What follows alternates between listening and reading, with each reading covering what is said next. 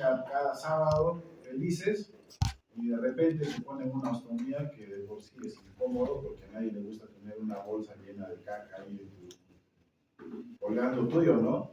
Y encima, por más que esté sellado, de hecho al final han dicho que hay varios sistemas, ¿no? de bolsas, a pesar de que está recontra sellado, tú te acercas al paciente y huele pues a heces, ¿no? Entonces debe ser, que Dios nos libre de estar en una cosa así, pero debe ser bien incómodo. Y peor si esta ostomía se va a complicar. Ustedes han visto, al menos cuando se trata de ostomías de segmentos superiores, o sea, hielionostomías, ileostomías, o ostomías que son del colon ascendente, ¿no? El contenido que botan es muy líquido en realidad, muy líquido, y lo que hace es, como todos los líquidos, buscar camino, incluso por más que esté bien pegadita, la bolsa va a pasar de que poco a poco va a ir buscando un caminito, y peor si el paciente se está moviendo, peor si es gordito, peor si tiene rollitos, peor si tiene cirugías múltiples, etc. La bolsa no pega bien y lo primero que hace el contenido es comenzar a escapar. Ustedes han visto en las fotos que presentó al final Ángela, hay unas dermatitis severas. Y de hecho, esas dermatitis generan pues lo mismo que una escaldadura, ¿no? Para un bebito que se escalda cuando tiene diarrea, no le cambian su pañal y en 2 o 3 días está escaldado. Imagínense este paciente que es peor todavía porque lo que sale de una ileostomía es francamente bilioso, francamente pancreático, francamente ácido, porque ahí nomás está saliendo todo el contenido del estómago, del tubo pancreático y bilis, ¿no? Que lo que hace es destrozar, ¿no es cierto? Lo que nosotros comemos, nuestros alimentos son degradados y partidos en fracciones moleculares, digamos, para poder ser absorbidos. Y la piel, obviamente, no está preparada para eso, ¿no? Entonces, la piel sufre demasiado. Entonces, ¿qué cuidados deben tener? Ya han visto, utilizar una bolsa adecuada, ¿no? Siempre. Idealmente, lamentablemente en nuestro medio, esas de 2 cuerpos, las que son de una placa más grande, tienen como un seguro en el cual uno enrosca las bolsas, ¿no? Tienen como un clic de seguridad en el que uno puede cambiar y sacar eso, ¿no? Lamentablemente ustedes han visto que en nuestro medio no existe. Y de por sí es caro. O sea, ustedes dirán, ¿cuánto cuesta una bolsa de colostomía de esas más sencillas que ustedes han visto? Cuando uno va al hospital del ministerio, que es subvencionado de por sí, el costo de una bolsa es 18 soles, si no me equivoco. Acá pues una bolsita, pero úsate pues bolsas interdiario para una persona que no tiene muchas veces recursos, es bien complicada la cosa. Y ustedes van a ver que muchos pacientes optan por un arito. Van a ver a esos pacientes del campo, tienen un arito de metal en el cual fijan una bolsa de las bolsas plásticas y con una pequeña, puede ser una tela o un cinturoncito, lo agarran y se pegan, ¿no? Entonces, obviamente, eso va a ser peor todavía que una bolsa que de por sí se pega en cierta forma, ¿no? Esa está casi bailando, ¿no? Entonces, el hecho de que escape mal olor y de por sí el contenido intestinal va a ser altísimo.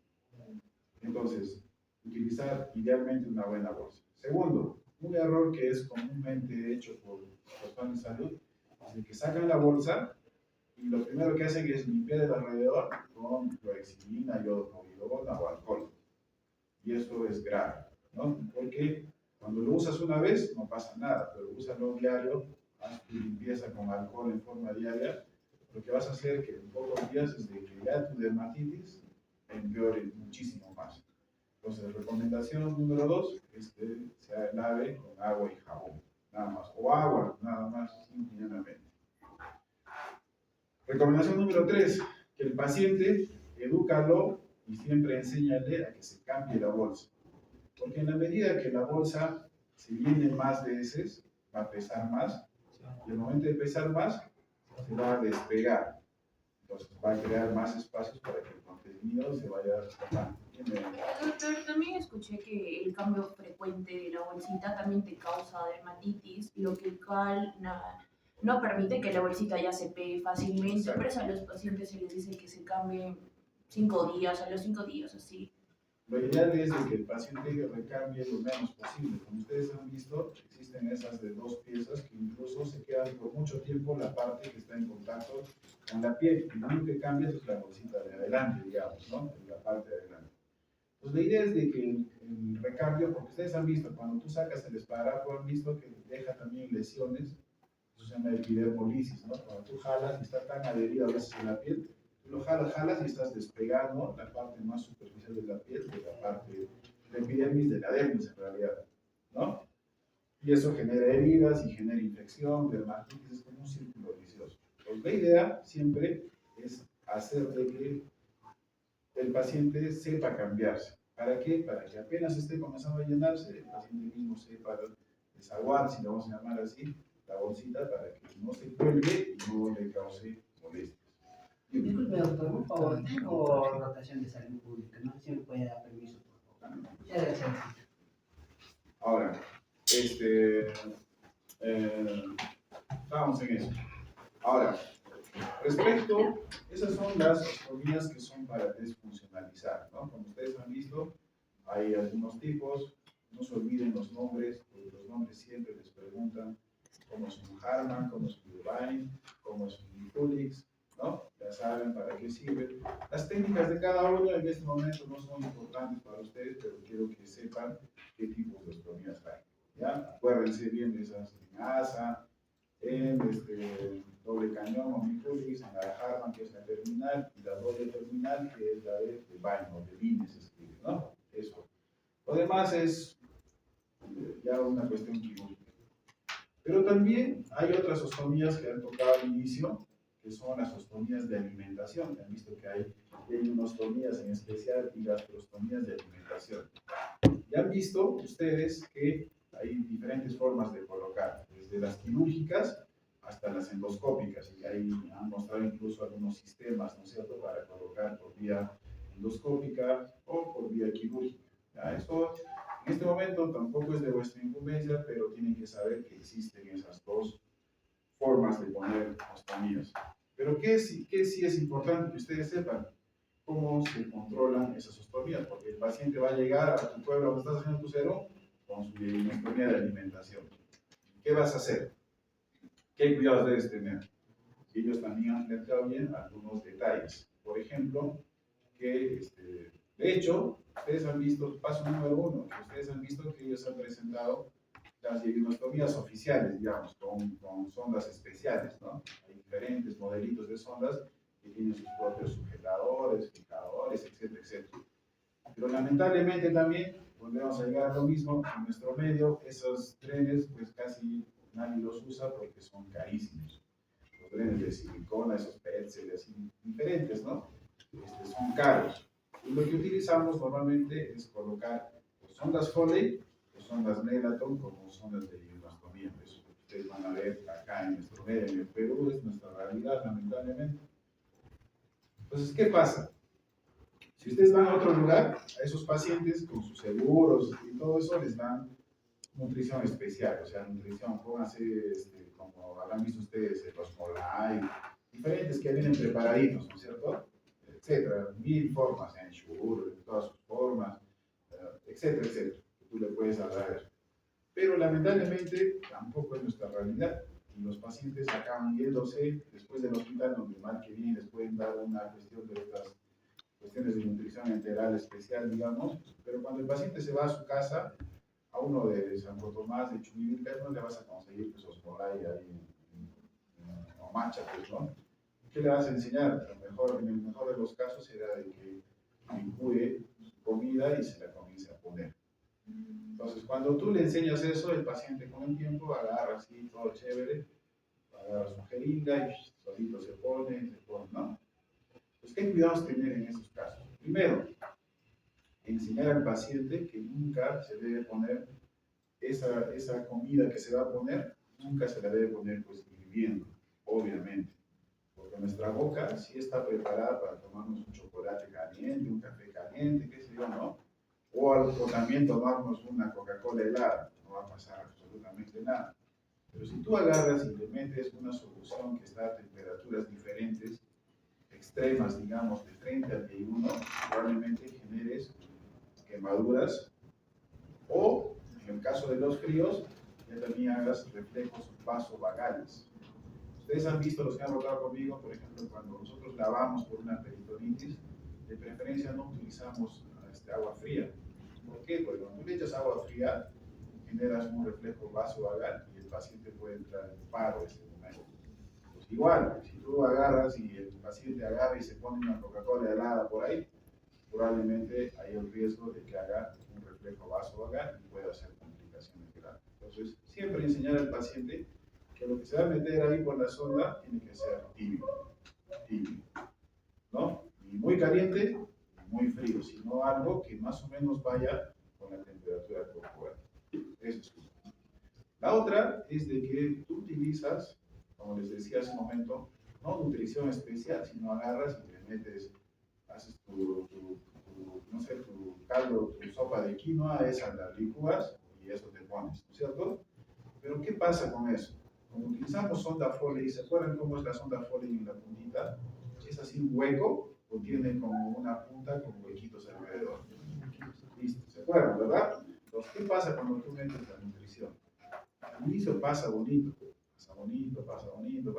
pero poco a poco los detritus se van metiendo en esos espacios que tiene y poco a poco va a haber un momento en que se va a obstruir. Por eso es de que ellos, incluso en las sondas normales, esas que están hechas para eso, no se olviden que ellos han puesto de que siempre después de usar hay que hacer un lavado con agua tibia, ¿no es cierto? 20 mililitros, echarle, etcétera, etcétera. Pero en nuestra sonda Foley, el agua tibia a veces no funciona.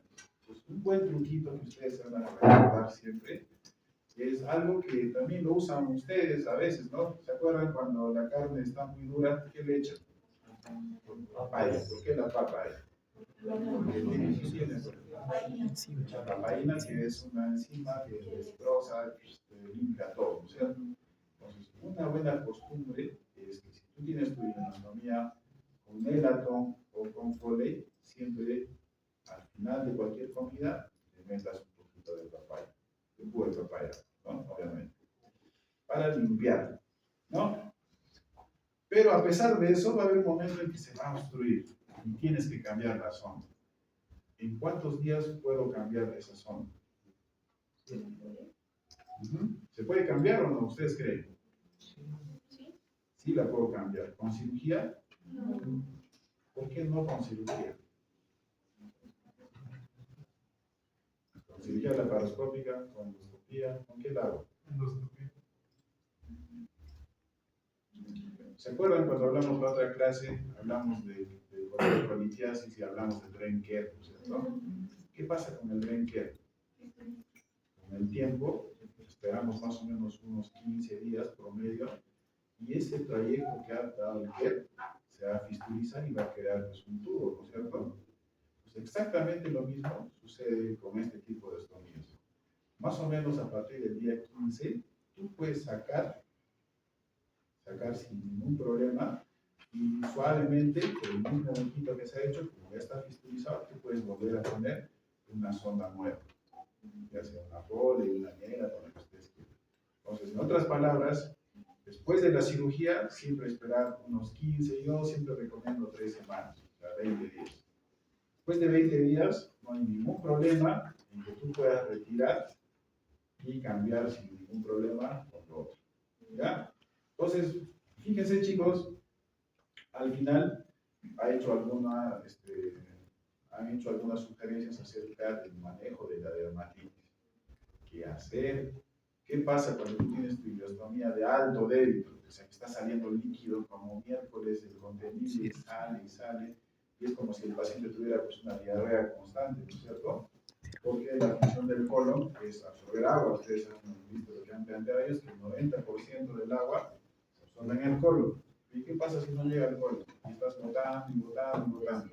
Te vas a deshidratar. Hay pacientes que vienen con falla renal, vienen en shock hipovolémico, todo tan solo por un mal manejo de su ileostomía. Fíjense, y eso no hay que ser cirujano, ni cardiólogo, ni intensivista, ni nada especial como para manejar una ileostomía.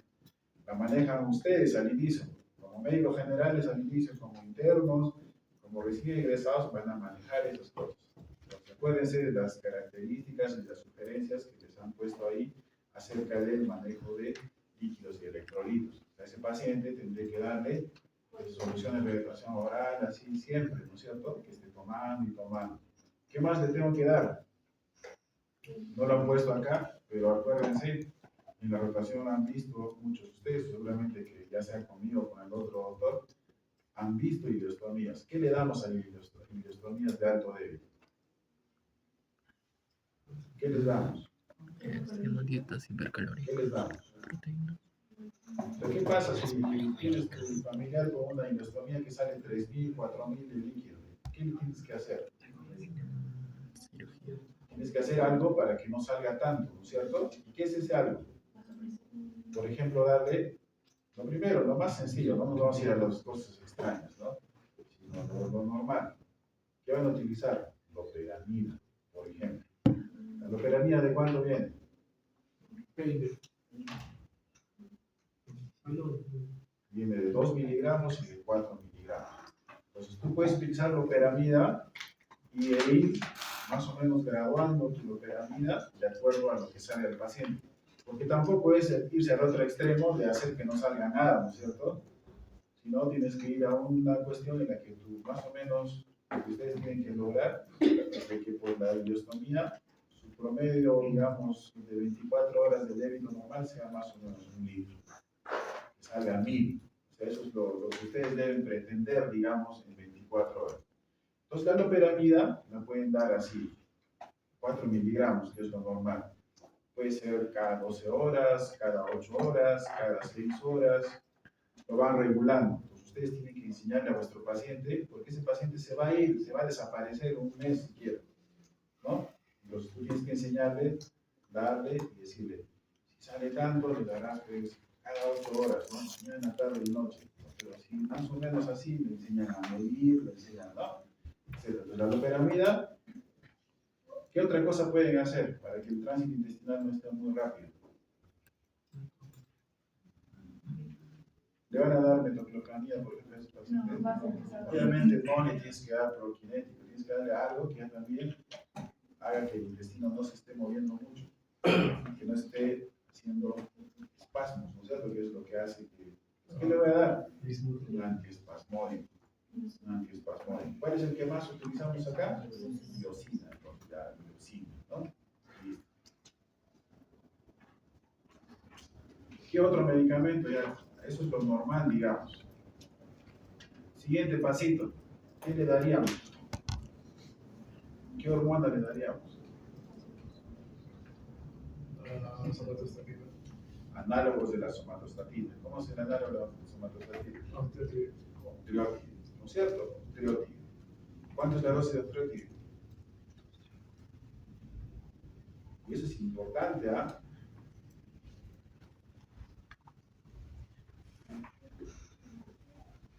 Les estoy diciendo, ¿ah? Les voy a preguntar la dosis de triótido.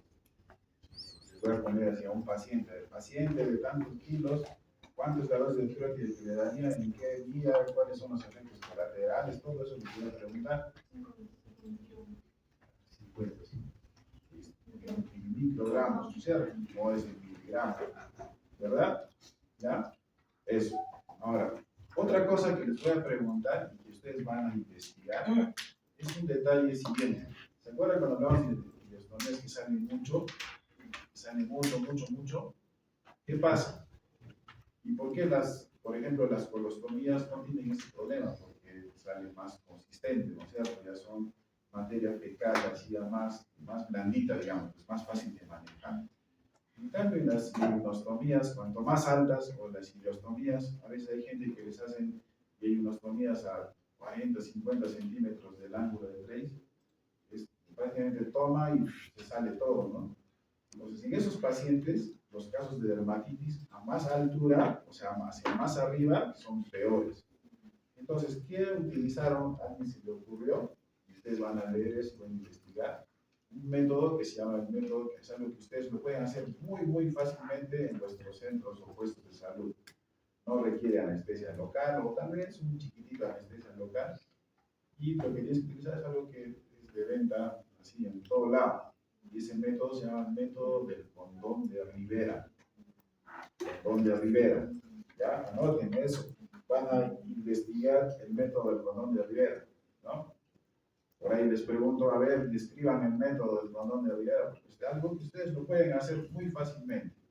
La idea es colocar un condón y crear un condón que haga como un tubito para que el contenido intestinal busque el camino a través del condón y ya no esté fugándose hacia la piel, ¿no? Entonces ustedes pueden conectar incluso a la parte final del condón, pueden conectar un tubo para que todo eso esté saliendo y no se esté fugando alrededor de la piel y haga dermatitis.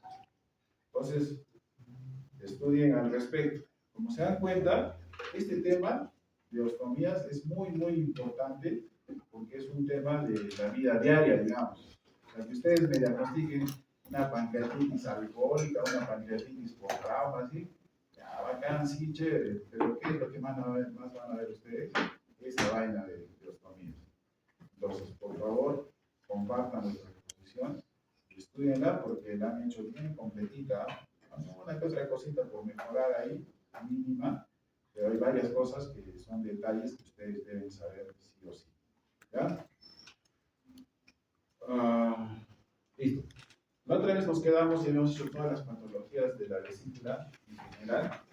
Sin embargo, existen otras patologías que son un poquito más raras, pero que las van a encontrar eventualmente. Y una de esas patologías es el pólipo vesicular. El pólipo vesicular, al igual que muchos de los pólipos que existen en el intestino, en el tubo digestivo, son lesiones que son benignas, pero que con el tiempo se pueden malignizar. De hecho, nunca se olviden que, por ejemplo, un adenoma del duodeno, por más que uno sospeche que sea benigno o maligno, siempre se debe operar, porque la posibilidad de que malignice es altísima, ¿no? Entonces, siempre por seguridad se saca. Y los pólipos vesiculares no están lejos de eso, ¿no? Los pólipos vesiculares son proyecciones de la mucosa, como lo que sucede en varios sitios. Hay pólipos en la piel, hay pólipos en el tubo digestivo, diferentes lugares, ¿no? Que al inicio pueden ser benignos, pero que con el tiempo pueden generar, pues, procesos inflamatorios o a veces neoplasias. De hecho, muchos de los cuadros por los cuales se expresan, digamos, los pólipos, se dan a través de cuadros muy, muy similares a los de colecistitis aguda, ¿no? Cuando uno tiene una colecistitis, ¿qué pasa? ¿Qué duele? ¿O cuáles son los síntomas, los signos y síntomas? Ya saben, dolor, hipocondrio derecho, espalda, náuseas, vómitos, etcétera, etcétera. Los pólipos se van a presentar muchas veces de la misma forma. ¿Cuáles son los factores que aumentan el potencial maligno? Y de hecho, si les preguntan, ¿los pólipos se operan? ¿Sí o no?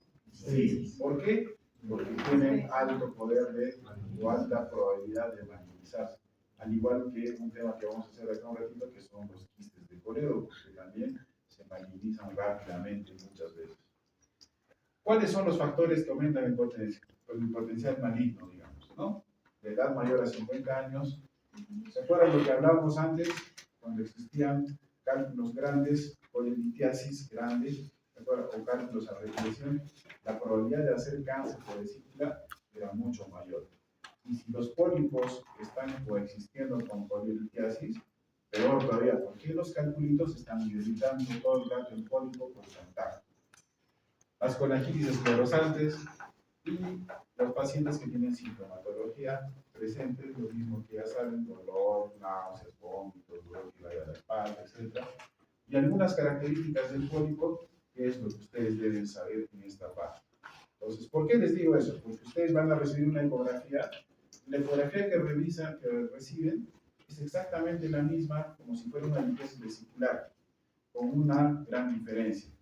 ¿Se acuerdan de la sombra acústica posterior? En este caso no va a haber sombra acústica posterior, sino va a haber solamente la visión de una tumoración o de una masa, digamos, intravesicular. Pero esa masita tienen que, digamos, delimitarla en estas características para saber en cuál paciente me tengo que preocupar más o menos probablemente. Entonces, si el pólipo es más de 1 centímetro, si el pólipo es sésile, o sea que no tiene, ¿se acuerdan que el pólipo normalmente es como una pelotita con una base, ¿no es cierto? Donde se inserta. En el caso de los sésiles, esa basecita delgada no existe, sino más bien está completamente implantado y es sésile, ¿no? Los pólipos solitarios, cuando asociado a eso hay engrosamiento de la pared de la vesícula, cuando el intervalo de crecimiento, o sea, como vamos a ver de acá un ratito, ahí de acuerdo al tamaño, uno tiene que hacer ecografías cada 3 meses, cada 6 meses. Pero si de repente, de un control para otro, el pólipo estaba en, no sé, 2 milímetros, de repente aparece en 10, eso se llama intervalo de crecimiento corto. Entonces ahí también, cuando comienza a crecer mucho, también me tengo que asustar y pensar en lo peor, digamos. ¿Qué tipos de pólipos hay? Esto es una pregunta clásica también. ¿Cuál es el pólipo, digamos, más común? Dentro de los neoclásicos están los pólipos de colesterol. Que de hecho, estos pólipos de colesterol son los precursores, digamos, a largo plazo de cálculos. ¿Se acuerdan que los cálculos están básicamente formados en su gran mayoría por colesterol? Pues a veces estos pólipos no eran tan malignos, digamos, sino eran el caso de ser diversos precursores de una liquidez vesicular. Entonces, el pólipo no neoplásico más común es el pólipo de colesterol. En cambio, los neoplásicos, que son los que nos deben preocupar, digamos, los más comunes son los adenomas, pero, como les decía al inicio, existe una disyuntiva o una, digamos, preocupación que los adenomas rápidamente pasan a ser adenocarcinomas y a veces se confunden entre ellos. Y es la razón por la cual estos pacientes deben ser operados, ¿no? También existen carcinomas de células escamosas, cistoadenomas. Por lo general, los pólipos en muchos pacientes, igual que en la liquidez vesicular, muchos no presentan síntomas. En algunos casos pueden manifestarse, como se había dicho, por un pólipo biliar, digamos, de los normales, digamos, ¿no? Dolor, náuseas, vómitos, a veces puede haber ictericia, ¿no? Entonces, todo lo normal como si fuera una patología de la vesícula, de todas las que hemos visto. ¿Cómo se diagnostican? Se diagnostican con ecografía, ultrasonografía endoscópica, tomografía y por resonancia magnética. Lo que les decía, ¿no? Pues pareciera que fueran carbulitos, pero no son carbulitos. ¿Por qué? Porque no tienen sombra acústica posterior. Muchas veces se confunden, pero ya saben, la diferencia entre cálculos y pólipos es que uno de ellos presenta sombra y estos no tienen esa sombrita que han visto más antes en la litiasis. ¿Cuál es el manejo? Pues, si ustedes leen libros todavía y protocolos, dice que el manejo de los pólipos en realidad es de acuerdo al tamaño. Por eso dice que hay un manejo conservador con vigilancia periódica. Dice. Entonces, por ejemplo, dice, ¿no? Cuando hay pólipos que sean más pequeñitos de 10 milímetros, los controles deben hacerse cada 3 a 6 meses por un mínimo de 2 años. Teóricamente, los libros antiguos decían que si ese pólipo durante estos 2 años no hay ningún cambio en el tamaño, en el número y no pasa nada, significa que son pólipos benignos y listo, se acabó la historia y no le haces nada. Sin embargo, en los nuevos, digamos, en los últimos tiempos, las cuestiones del cáncer han cambiado mucho, ¿verdad? Cada vez tenemos más casos de cáncer, hay más cuestiones nutricionales, ambientales, etcétera, que predisponen mucho más que antes a presentar cáncer. Por eso es de que hay una gran orientación, una tendencia, digamos, últimamente de que pólipo diagnosticado, pólipo operado. Y de hecho es lo que todos pensamos, ¿no? O sea, si yo sé que el pólipo es una lesión premaligna y sé, como habíamos hablado más antes, que el cáncer de vesícula es uno de los cánceres que por lo general se diagnostican cuando ya está avanzado. ¿Alguno de ustedes correría el riesgo de tener un pólipo y decir, ya, pues lo voy a controlar? No. Entonces la tendencia actual es a operar. Pólipo diagnosticado, pólipo retirado. Sin embargo, todavía por ahí les podrían preguntar y decirles, ¿no? ¿Cuál es la actitud? Si es más de 10 milímetros, se opera. Pero si es menos de 10, el control debe ser cada 3 a 6 meses, ¿no? Durante 2 a 3 años para ver cambios en el tamaño, en el número, en las características, ¿no? No solamente de la vesícula, sino de zonas alrededor que podrían cambiar, o sea, aparición, por ejemplo, de ganglios, por ejemplo, ya me preocuparía, ¿no? Entonces, cosas así. ¿Cuáles se operan? En realidad, antes se decía que los pólipos de 10 mililitros se operaban sí o sí. Sin embargo, los nuevos protocolos ya bajó a 6. Y como les decía, incluso ahora dicen diagnosticado, operado. No en todos los casos se debe hacer cirugía laparoscópica. En las de mayores de 18 milímetros, incluso dicen ahora mayores de 10 milímetros, deben ser por cirugía abierta. ¿Por qué? Porque los pólipos grandes ya están relacionados ampliamente a cáncer in situ. Entonces, ¿qué pasa cuando tenemos, han visto ustedes, cuando operamos una colelar? ¿Qué hacemos con la vesícula? Agarramos de arribita, de abajito, según a lo que queremos estar unificando, lo vamos moviendo de uno para otro, lo vamos agarrando. ¿Y qué pasa si tengo un pólipo dentro? Yo lo estoy ajustando. La posibilidad es de que yo, al momento de estar ajustando con las Grasper, sin querer queriendo, destroce el pólipo que está por dentro y pedazos pequeñitos pudieran pasar hacia el conducto cístico y del conducto cístico pasarse a la vía biliar y causar algo más grave todavía. Ya de por sí el cáncer de vesícula es una vaina, peor es un cáncer de la vía biliar, un colangiocarcinoma. Por eso es que los pólipos grandes se supone que deben hacerse por cirugía abierta, porque cuando hacemos cirugía abierta, ya pocas veces habrán visto de vesícula, ¿qué hacemos? Agarramos una sola vez con una pinza, agarramos la vesícula y la jalamos y ligamos el cístico. Entonces no manipulamos mucho la vesícula. Entonces por eso los pólipos grandes van de frente a cirugía abierta.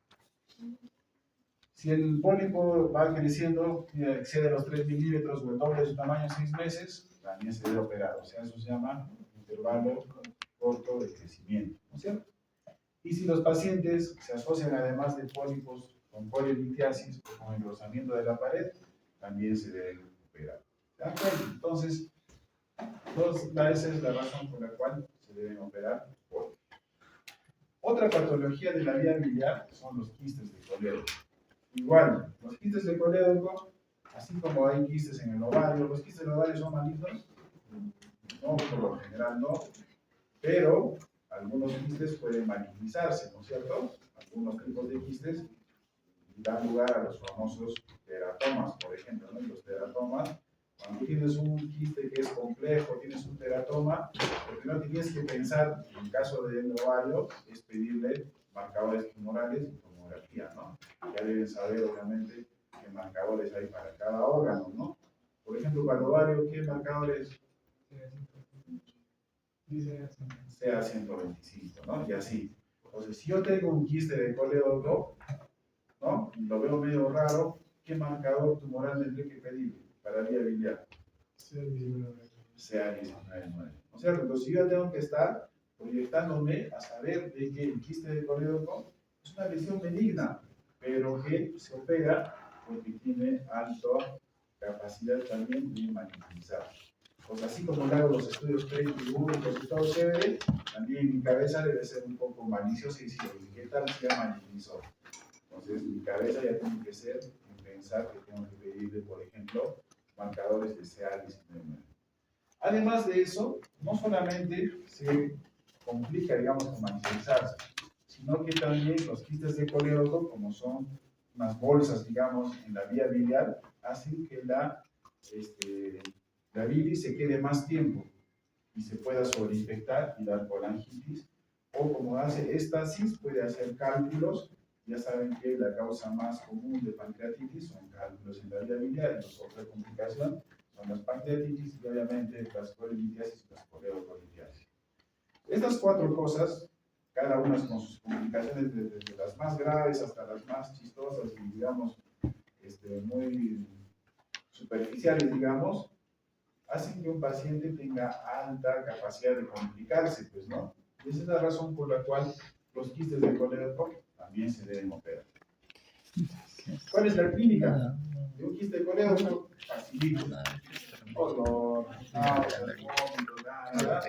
Solamente que acá nunca se olviden de esta tirada clásica de quiste de colédoco. Al menos cuando el quiste es muy grande, vas a tener dolor abdominal, hipocólico, hipocondrio derecho, todo igualito. Vas a tener ictericia porque ya saben, se asocia mucho a colangitis, a coledocolitis. Y vas a tener además una masa palpable. Masa palpable. No es lo mismo que ya Charcot, ¿no es cierto? Para colangitis es otra cosa completamente diferente. Esta es la triada de quistes de colédoco. Dolor, ictericia y masa palpable. Entonces esto tienen que aprenderlo sí o sí, porque esto es obligatorio, van a presentar. Al menos cuando se trata de algunos de ellos. Esta es la clasificación de Todani, se llama, que son para quistes de colédoco. Y Todani tiene pues 5 tipos, inclusive acá hay 2A, 2B, así, ¿no? Pero no es necesario para tanto. Aprendan esto. El tipo 1 es la más común. Si les preguntan cuál es el quiste de colédoco más común, tipo 1, ¿no? Es una dilatación así como un saquito de la vía biliar, esa es la más común de todos. En la tipo 2, el divertículo es de colédoco, ¿no? Si acá se acuerdan, es así como una perita, en cambio acá es como si fuera, digamos, la forma de un pólipo, ¿no? Una bolsita con un pequeño conductivo, ¿no? Ese es el famoso quiste de colédoco. El tipo 3 siempre es pregunta, porque se llama colédococelio.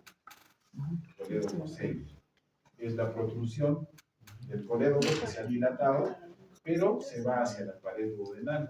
¿Por qué es importante? Porque a veces este es tan grande que da los signos y síntomas de un síndrome pilórico. Como se sale hacia el duodeno, así como si hubiera una bolsa ahí que estaría atracando pues al duodeno, ¿cierto? Entonces, el colédococele o tipo 3 da signos y síntomas de un síndrome pilórico. Esa es la pregunta, ¿ya? El tipo 4 con su tipo A, tipo B, y el tipo 5 también es pregunta siempre, porque el tipo 5, como ustedes pueden ver acá, son dilataciones no solamente afuera, sino también en las vías biliares intrahepáticas de forma múltiple, ¿no? Y cuando ven dilataciones múltiples, eso se llama tipo 5 o una famosa enfermedad que se llama enfermedad de Caroli. Todos estos de acá, del 4 para arriba, se solucionan corrigiendo, sacando esa parte del quiste y haciendo derivaciones biliodigestivas. En cambio, en el tipo 5, la única forma de solucionar es con trasplante hepático. ¿Ya? Pues acuérdense, ¿cuál es el tipo de Todani que necesita trasplante hepático? Tipo 5. ¿Cómo se llama el tipo 5? Enfermedad de Caroli. ¿Ya? Siempre, acuérdense de esos nombrecitos. ¿Qué tipo será ese? ¿Qué tipo será ese? Miren, ¿se acuerdan? Vean. Tipo 1, ¿no es cierto? Les ponen esa figurita, tipo 1, ¿verdad? Miren. Cuando haces un trasplante renal, creo que el riñón trasplantado dura aproximadamente 10 años. Y después de un trasplante hepático, El trasplante de renal dura un poquito más, 20 años normalmente ahora. Con los nuevos usos de inmunomoduladores y todo eso, dura un poco más. Trasplante hepático dice por ahí 25 a 30 años, más o menos. Entonces, no es un buen tiempo de vida en realidad, ¿no? Para los que quieren vivir todavía, ¿no? ¿Cómo se diagnostica? La mejor forma de ver un quiste de colédoco es con colangioresonancia. No se olviden, ¿no? Igual que las coledocolitiasis. ¿La ecografía ayuda? Sí ayuda, pero te puede matar al... La mejor forma, colangioresonancia. Sin embargo, no se olviden que también existen otras formas de la vía biliar, como por ejemplo la colangiografía transparente hepática, CTPH, o la famosa CEPRE que lo hace el... ¿Quién hace este? ¿Quién hace este?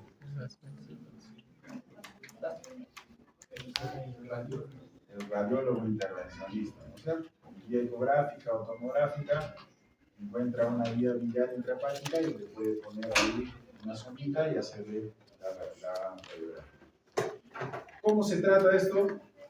Pues el tratamiento, en el caso del tipo 5, trasplante hepático. En el caso de 4, 1, 2, 3, 4, lo que se puede hacer es hacer resecciones completas del quiste del colédoco, al menos que el más común. El tipo 1 es el que más accesible, digamos, para este tipo de cirugías. Lo que se hace es sacar el colédoco, sacar la vesícula y hacer una derivación biliodigestiva.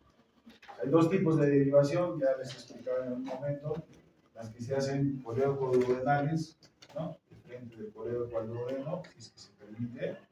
O la otra es hacer las derivaciones de Lider-Rux, ¿no es cierto? Hepato-yeyunales, o hepático-yeyunales. Los tumores malignos de la vesícula biliar, ¿qué es?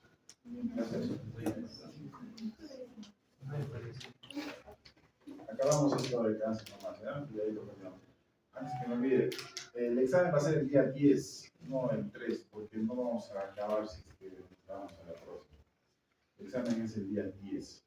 A la siguiente clase expone los de colecistectomía y en la última clase, que es el día 3 de junio, expone los de cirugía bariátrica, de bases de la cirugía bariátrica. El cáncer de vesícula, ya saben, es un cáncer, digamos, no tan frecuente, no es el cáncer más común, sin embargo, cada vez se ve, es el quinto cáncer más común. ¿Cuáles son los factores de riesgo? Edad avanzada, es más común en mujeres. Hay otros factores como se fueran, la vesicular gigante o vesícula de lesión de cálculos, la famosa vesícula en porcelana y la vesícula escleroatrófica.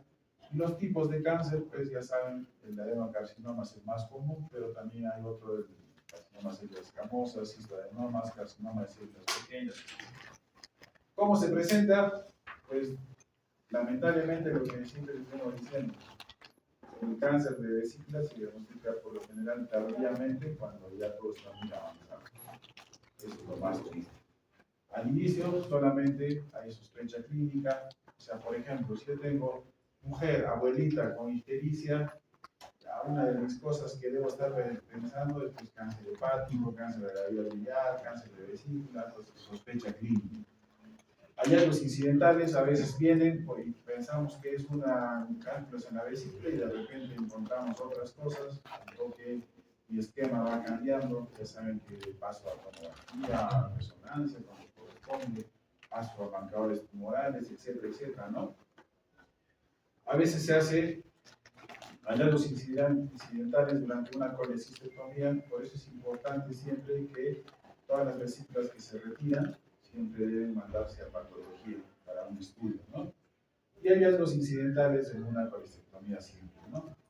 Ya saben esto, lo han visto probablemente en medicina interna, en gastro, hay clasificaciones TNM, hay diferentes tipos de clasificación, la TNM es la más usada, sin embargo, hay una clasificación en Nevin que es para cáncer de vesícula biliar, esto lo preguntan, ¿no? Preguntan, ya saben, tipo 1 cuando solamente está delimitado el cáncer en la mucosa, tipo 2 en la muscular, tipo 3 a todas las capas de la pared de la vesícula, tipo 4 hasta el ganglio cístico. ¿Cómo se llama el ganglio cístico? ¿Cómo se llama? En anatomía les van a preguntar, ¿cómo se llama el ganglio cístico? Ganglio de, se escribe Mascagni, ¿no? Ganglio de Mascagni, acuérdense eso. Y el tipo 5 es cuando hay una disminución directa al hígado o a otros órganos, ¿no? Y se clasifica según TNM, pues el tratamiento va a ser en el estadio 1, colecistectomía, en el tipo 2, 3, es colecistectomía, más a veces restricciones en cuña, a veces hepatectomías, hepatectomías, y en el tipo 4, lamentablemente, que es el donde más se diagnostica, es cuando ya tiene infiltración no solamente al hígado, sino también a la vía biliar, a veces al duodeno, etcétera, etcétera. Hay líquido acítico, en ese momento ya fue el paciente. ¿Ya? O sea, es bien difícil, el pronóstico pues es muy reservado en el caso del tipo 4. Lo dejamos ahí, vayan a nuestras clases en la siguiente, no se olviden, a ver,